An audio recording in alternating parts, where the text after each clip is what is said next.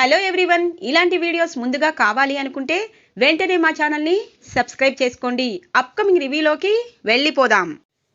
Episode start అవ్వంగానే అవని జరిగిన విషయాలన్నీ గుర్తు చేసుకుంటూ బాధపడుతూ ఉంటుంది. ఇంతలో అక్షయ్, కృష్ణ తన దగ్గరికి వస్తారు. శ్రీకర్, పల్లవి పెళ్లి జరిగితే ఇరు కుటుంబాల మధ్య ఉన్న గొడవలు పోయి సంతోషంగా ఉంటారు అనుకున్నాను.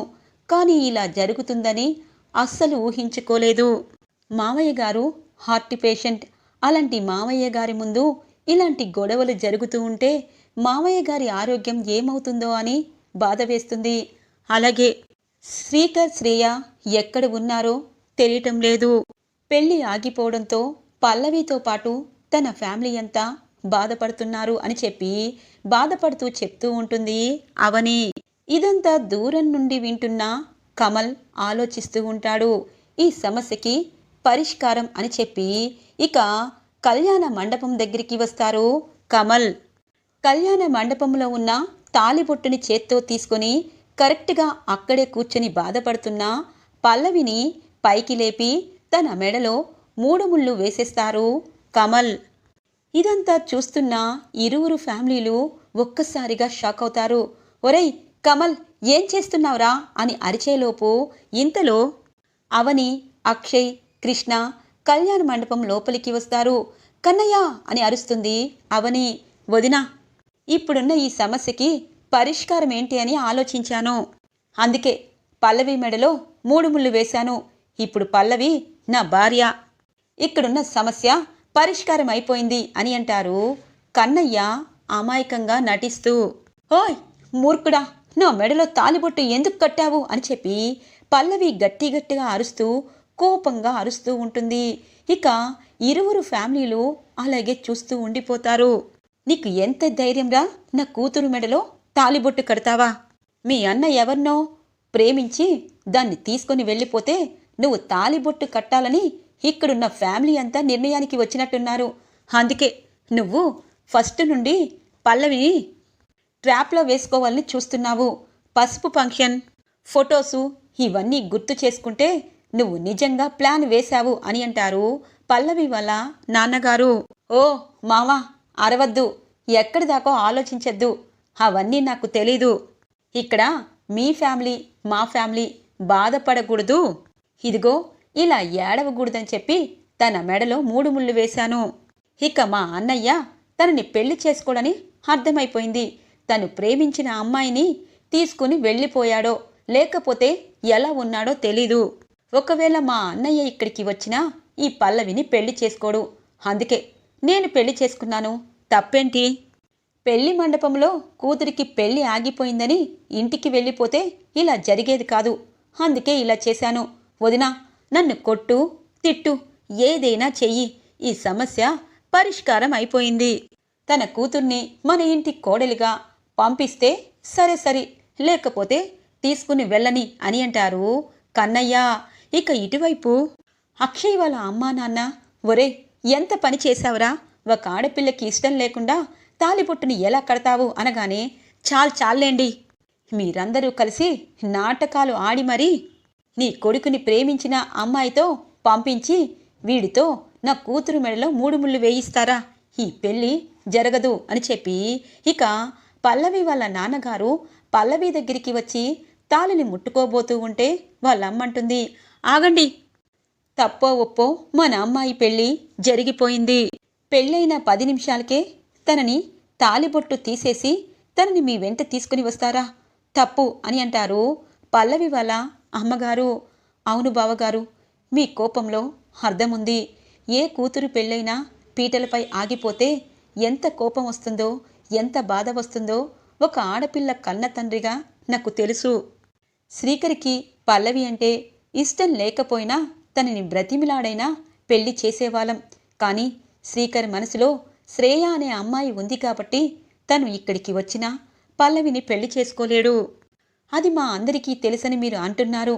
కానీ ఆ దేవుడి మీద ఒట్టేసి మా ఇంటిల్లిపాది ప్రమాణం చేసి చెప్తాము, మా అమ్మాయి ప్రణవికి తప్పించి మా ఎవరికి శ్రీకర్ శ్రియాని ప్రేమిస్తున్న సంగతి తెలీదు అని చెప్తారు ఇక అక్షయ్ వాళ్ళ నాన్నగారు.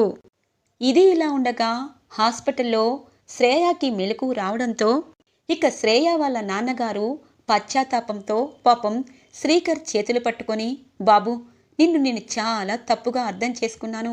నా కూతురి మనసు ఎరిగిన నువ్వు నా కల్లుడుగా వద్దు అనుకున్నాను, కానీ నా కళ్ళు తెరిపించావు.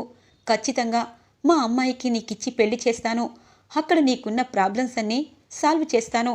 మీ మేనత్త మేనమామతో నేను స్వయంగా మాట్లాడతాను అని అంటారు శ్రేయ వాళ్ళ నాన్నగారు.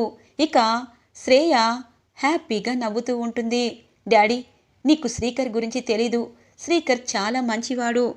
అలాంటి శ్రీకర్ దూరమైతే నేను ప్రాణాలతో ఉన్నా వేస్టే అని ఈ పని చేశాను అని అంటుంది శ్రేయ. ఇంతలో డాక్టర్ వస్తారు. చూడమ్మా, చదువుకున్న అమ్మాయిలా ఉన్నావు. ఏదైనా జరిగితే ప్రాణాలు తీసుకోవాలనుకోకూడదు. ప్రాణాలు ఉండగానే పోరాడాలి అనుకోవాలి. అలాగే తను నీకు ఏమవుతాడో తెలీదు. నువ్వంటే తనకి ఎంత ఇష్టమో అన్నది మాకు అర్థమైంది. ఇప్పుడు నువ్వు ఆరోగ్యంగా ఉన్నావు. డిశ్చార్జ్ చేస్తున్నాము. అలాగే బిల్లు రిసెప్షన్లో కట్టి వెళ్ళొచ్చు అని చెప్పి డాక్టర్ చెప్పడంతో ఇక శ్రీకర్, శ్రేయ వాళ్ళ నాన్నగారు కారులో పెళ్లి మండపానికి బయలుదేరుతారు. ముగ్గురు పెళ్లి మండపానికి చేరుకోగానే షాక్ అయిపోతారు. అటువైపు కమల్, పల్లవి ఇద్దరూ ఇక పక్కపక్కనే ఉండి పల్లవి మెడలో తాలిబొట్టు ఉండడం చూసిన శ్రీకర్ షాక్ అయిపోతారు. ఇంతలో పల్లవి వాళ్ళ నాన్నగారు వీళ్ళ ముగ్గురి దగ్గరికి వచ్చి, ఒరే, నా కూతురి జీవితమే నాశనం చేశావు. నువ్వు ఎవరినో ప్రేమిస్తే దానితో వెళ్లకుండా మా అమ్మాయిని పెళ్లిపీట్లపై దాకా తీసుకొచ్చి ఇప్పుడు నీ తమ్ముడు తాలిబొట్టు బలవంతంగా కట్టేటట్టు చేశావు. నిన్ను ప్రాణాలతో వదలను అనగానే, ఆగండి, పెద్దవారిగా పిల్లలు తప్పు చేస్తే సరిదిద్దాలి, అంతేగాని తప్పులు తెలుసుకోకుండా ఇలా పైకి రాకూడదు. ఇప్పుడు శ్రీకర్ నా అల్లుడు, కాబోయే అల్లుడు అని అంటారు శ్రేయ వాళ్ళ నాన్నగారు. అయితే అంతకుముందే మా అమ్మాయితో పెళ్లి నిశ్చయం దాకా వచ్చింది, పీటల దాకా వచ్చింది అనగానే, ఇప్పుడు విషయం తెలిసింది కదా, పైగా మీ అమ్మాయిని అక్కడ ఉన్న ఆ అబ్బాయి పెళ్లి చేసుకున్నాడు అంటే తను కూడా మేనమామ కొడుకే కదా అని అంటారు శ్రేయ వాళ్ళ నాన్నగారు. ఓహో, అలా చెప్తున్నావా? మా అమ్మాయి ఈ శ్రీకర్ని ప్రాణం కంటే ఎక్కువగా ప్రేమించిందని వీళ్ళతో సంబంధాన్ని ఓకే చేశాను. ఇప్పుడు తనకు మనసుకి నచ్చిన వాడిని పెళ్లి చేసుకోకపోగా పైగా నాకు నీతులు చెప్తున్నారా అని అంటారు. నీతులు చెప్పటం లేదు, ఒక్కసారి ఆలోచించండి. మీ అమ్మాయి మాత్రమే శ్రీకర్ని ప్రేమించింది, కానీ శ్రీకర్ నా కూతురు శ్రేయాని ప్రేమించాడు. అలాగే శ్రేయ కూడా శ్రీకర్ని ప్రేమించింది. అంటే ఇద్దరూ ఒకరికి ఒకరు ప్రేమించుకున్నారు కాబట్టి వీళ్ళ ప్రేమే కరెక్ట్. ఇంకా మీరు ఎక్కువగా లా పాయింట్లు ఏమైనా తీయాలంటే కోర్టుకు వెళ్దాం, నేను అలాగే పేరైన లాయర్ని అని అంటారు. ఇక కోపంగా చూస్తూ ఉండిపోతారు. నాన్న, మీరు ఆగండి. శ్రీకర్, నీకు ఎన్నోసార్లు అడిగాను నువ్వు ఎవరినైనా ప్రేమించావా అని, కానీ చెప్పలేదు. ఇలా ఒక ఆడపిల్లని మోసం చేస్తూ ఇంకొక ఆడపిల్లకి తెలియకుండా పెళ్లి చేసుకుంటున్నా నువ్వొక మనిషివా అనగానే, పల్లవి, నేను క్షమాపణ అడుగుతున్నాను, కానీ ఉన్న పరిస్థితి అంతా ఇది అని చెప్పి జరిగిన విషయం అంతా చెప్తారు శ్రీకర్. ఇక అవని ఇక అందరితో అంటుంది, జరిగినవన్నీ మనసులో పెట్టుకోకూడదు, అనుకోకుండా పెళ్లి జరిగింది. పిన్ని, బాబాయ్, ఒకవేళ శ్రీకర్ మనందరికీ భయపడి పల్లవి మెడలో 3 ముళ్ళు వేసినా తను మనసారా తనతో కాపురం చెయ్యలేడు. తన బ్రతుకే ప్రశ్నార్థకంగా మారిపోయేది. ఇక శ్రీకర్ చేసిన పనికి మా కుటుంబ సభ్యులంతా మీకు క్షమాపణ అడుగుతున్నాము అని అంటుంది అవని. వదినా, అందరం ఇప్పుడు సంతోషంగానే ఉన్నాము. పెళ్ళి అనుకోకుండా జరిగినా వాళ్ళే మారిపోతారు. అన్నయ్య, నీకు శ్రేయ వదినికి ఈ కళ్యాణ మండపంలోనే పెళ్లి జరిగిపోతే ఈ సమస్యకి పరిష్కారం దొరికిపోయినట్టే, ఇక అందరూ సంతోషంగా ఉన్నట్టే అని అంటారు కమల్. ఇక ఇటువైపు అవని వాళ్ళ అత్తామామ వాళ్ళ వైపు చూస్తూ ఉంటారు. ఇక అందరూ శ్రీకర్ శ్రేయాని చక్కగా రెడీ చేసి పెళ్లి మండపానికి తీసుకొచ్చి ఇద్దరికి పెళ్లి చేస్తారు. పల్లవి కోపంతో రగిలిపోతున్నా ఏమీ చెయ్యలేని పరిస్థితి. ఇలా శ్రీకర్ శ్రేయ, అటువైపు కమల్ పల్లవి పెళ్లి ఒకేసారి జరిగిపోతుంది. ఇక అప్పగింతల కార్యక్రమంలో పల్లవి దగ్గరికి వస్తారు వాళ్ళ నాన్నగారు. డాడీ, ఇన్ని రోజులు ఈ కుటుంబానికి నువ్వు దూరంగా ఉంటున్నావంటే ఏంటో అనుకున్నాను. వీళ్ళు మెత్తగా ఉండి గొంతులు కోసేస్తారు. వీళ్ళు సంతోషంగా ఎలా ఉంటారు అన్నది నువ్వు చూస్తావు. ప్రతిరోజు ఈ కుటుంబంలో చిచ్చి పెట్టి ఒకరికి ఒకరు మనశ్శాంతి లేకుండా చేస్తాను డాడీ. అప్పటికి గాని మనకు జరిగిన అవమానానికి సమాధానం దొరకదు. ఇప్పుడు నేను తల వంచుకొని అత్తవారింటికి వెళ్తాను. కానీ అది నా అత్తవారిల్లు కాదు, అది నా అత్తిల్లు కాదు. అక్కడున్న వారంతా నా శత్రువులు అని చెప్పి అంటుంది పల్లవి. ఇంతలో పల్లవి వాళ్ళ అమ్మగారు వస్తారు. అమ్మ పల్లవి, అనుకోకుండా నీ పెళ్ళి శ్రీకర్తో కాకుండా కమల్తో జరిగింది. కమల్ నా మేనల్లుడే. వాడి మనసు చాలా మంచిది. వాణ్ణి అర్థం చేసుకుని కాపురం చేసి ప్రశాంతంగా ఉండు. శ్రీకర్ని మర్చిపో అని అంటుంది. ఇక పల్లవి వాళ్ళ అమ్మగారు, మమ్మీ ఏం మాట్లాడుతున్నావు? కొన్ని గంటల దాకా శ్రీకరే నా భర్తని చాలా హ్యాపీగా ఫీల్ అయ్యాను. కానీ ఇప్పుడు మీ సంతోషం కోసం నేను అత్తవారింటికి వెళ్తున్నాను అని చెప్పి ఇక కారులో బయలుదేరుతుంది పల్లవి. ఇటువైపు శ్రేయ శ్రీకర్ కూడా కారు ఎక్కుతారు. ఇక శ్రేయ వాళ్ళ నాన్నగారు అంటారు, అమ్మా నీ మనసుకు నచ్చిన శ్రీకరితో పెళ్ళయింది. నువ్వు సంతోషంగా ఉండాలని అనుకుంటున్నాను అని అంటారు. డాడీ, నాకు శ్రీకర్ అంటే ఇష్టమని తెలుసు. ఇప్పుడు నా భర్త అయ్యారు. చాలా హ్యాపీగా ఉంది డాడీ. నువ్వు కూడా ప్రశాంతంగా ఉండు అని చెప్పి కారులో ఇక అత్తవారింటికి బయలుదేరుతుంది శ్రేయ. అవని తన అత్త మామ ఆడపడుచు అలాగే అందరూ ఇంటికి చేరుకుంటారు. ఇరువురు జంటలు ఇంటికి వచ్చేలోపు అవని వాళ్ళిద్దరికీ హారతిచ్చి చక్కగా నవ్వుతూ వెల్కమ్ చెప్తూ ఉంటుంది. పల్లవి అనుకుంటుంది, ఇదంతా నీ వల్లే జరిగింది. నా మనసులో ఎంత బాధ ఉందో నీ మనసులో కూడా అంత బాధనే సృష్టిస్తాను. ఈ ఇంటిని ఎలా చేస్తానో చూడు అని చెప్పి కుడికాలు ముందు పెడుతుంది మనసులో అలా అనుకుంటూ. ఇక శ్రేయ శ్రీకర్తో నవ్వుతూ ఈ ఇంటిలో ఈ అవని అక్క ఉన్నంతకాలం హ్యాపీగా ఉంటుంది.